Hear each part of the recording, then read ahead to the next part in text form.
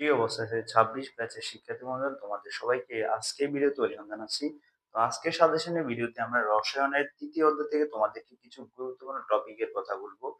যে টপিকগুলোতে বিগত ৪-৫টা বছর ঘুরে ফিরে এই টপিকগুলো থেকে কোশ্চেন আসে।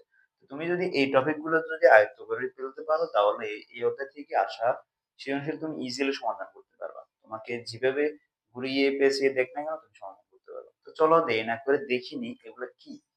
তো ফার্স্ট অফ অল যে টপিকটা সেটা হচ্ছে যে প্রোটন নিউট্রন ব্যবহার করে প্রোটন নিউট্রনের প্রকৃত ভর ব্যবহার করে একটা মৌলের অণুর ভর বের করা।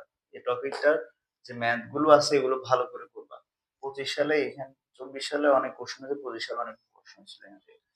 এরপর হচ্ছে মৌল সংক্রান্ত অর্থাৎ মৌল শনাক্তকরণের যে কোশ্চেন তোমাকে বলতে পারে যে নিউট্রনের ভর দেওয়া থাকবে, প্রোটন ভর দেওয়া থাকবে, তোমাকে বলবে যে নিচের মৌলটা কি তা নির্ণয় করো, শনাক্ত করো, এই টাইপের কোশ্চেন। এরপর হচ্ছে কণিক ভরবেগ, তোমাকে বলতে পারে যে কি কোন একটা মৌলের ইলেকট্রন বিন্যাসে সর্বশেষ ইলেকট্রনটি কোন কক্ষপথে যায় সেই কক্ষপথের কণিক ভর বের করো।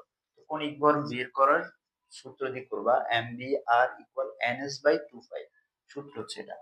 এরপরে একেবারে সবচেয়ে গুরুত্বপূর্ণ একটা কোশ্চেন সেটা হচ্ছে রাদারফোর্ড ও বোরের পরমাণু মডেলের মধ্যে কোনটা বেশি গ্রহণযোগ্য অথবা দুটোটার মধ্যে তুলনা, এই কোশ্চেনটা খুবই একটি ডিমান্ডেবল কোশ্চেন বলছে।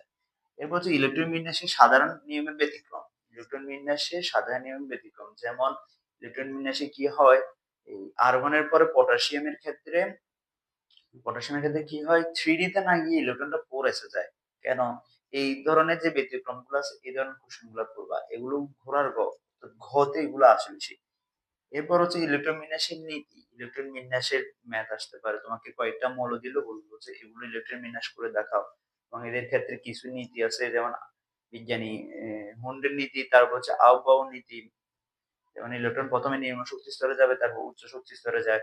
এই ধরনের যে নিয়মগুলো এই সংক্রান্ত কিছু সৃজনশীল পড়ে নেবে ভালো করে। এরপর হচ্ছে আপেক্ষিক পারমাণবিক ভর নির্ণয়, আইসোটোপের শতকরা পরিমাণ সংক্রান্ত ম্যাথ।